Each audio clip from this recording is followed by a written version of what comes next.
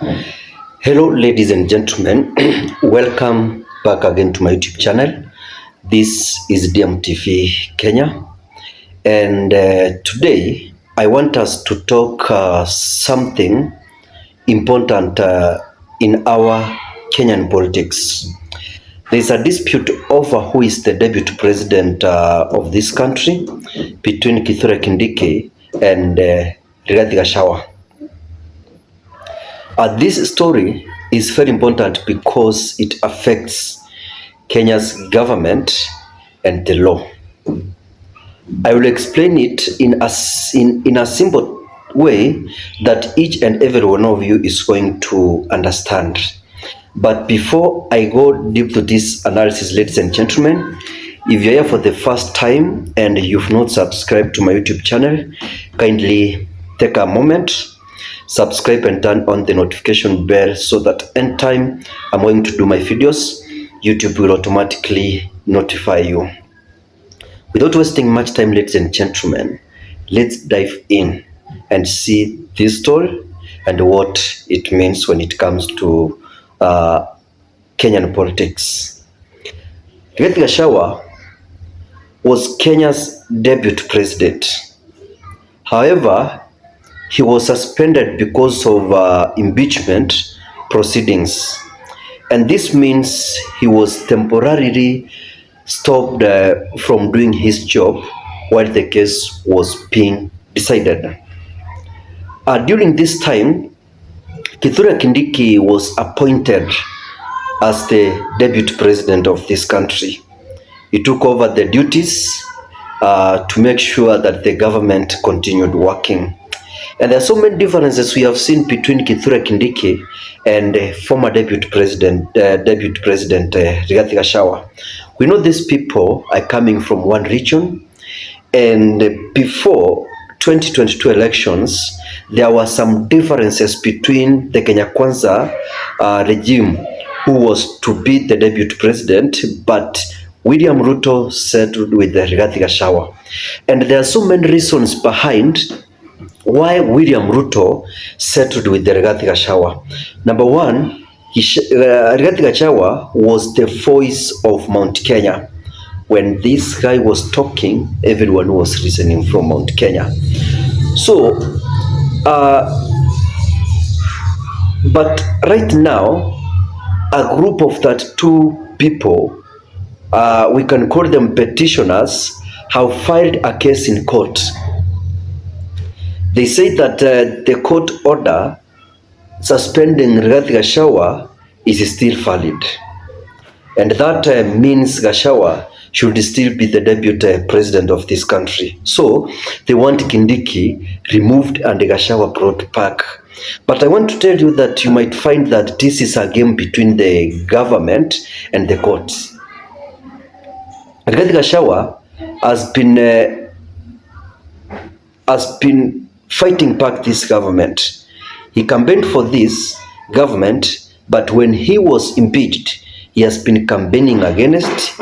He has been referring out the secrets of the government, and that's why this team are fearing that if they continue leaving this guy outside the government, Rigathi Gachagua might destroy this government. So this one is coming as a trap to bring Rigathi Gachagua near to the government so that they can talk and at least have a different seat within the government, and by doing so they could have contained the pressure Rigathi Gachagua has right now. And why this matter at this moment? I want to say that Kenya's constitution says that there can be only one deputy president at a time. And if the court agrees with the petitioners, then it means that Kindiki's appointment is not legal. And that will cause confusion about who is the true deputy president of this country. And you've heard that Rigathi Gachagua right now is pushing from the other side that he gets paid all the money instead of being paid monthly.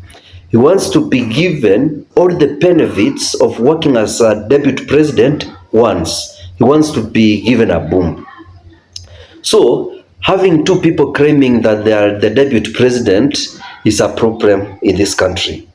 It can lead to questions like who is in charge, and at the same time, who makes important decisions, and who represents Kenya in the president if the president is out of the country. And this kind of confusion can affect the government's work and the country's stability. The concern about the judges is that the petitioners are also asking the judges handling this case to step down. They believe the judges are biased, which means they might not be fair.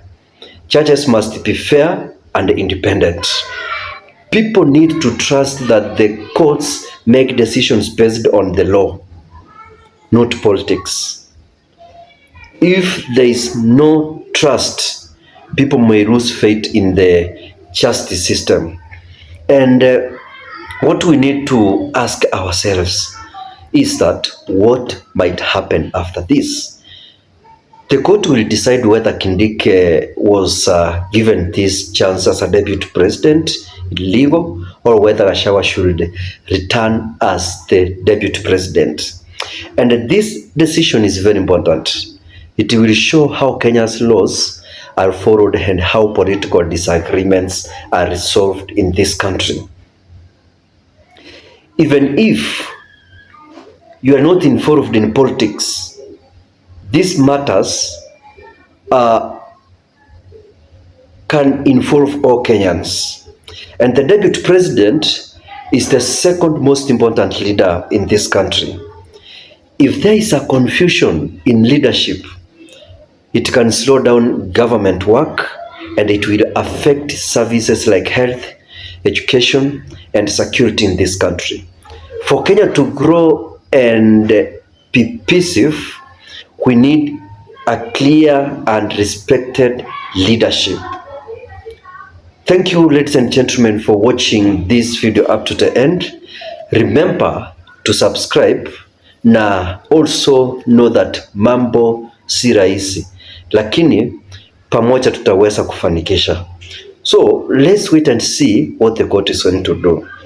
My next video is about how the abducted Gen Zs have called Rigathi Gachagua to be their president 2027. So 2027 elections, when it comes to the presidential seat, it's going to be very tricky. So stay tuned and subscribe, turn the notification bell on, so that when I'm going to do my video, then YouTube will automatically notify you. Goodbye.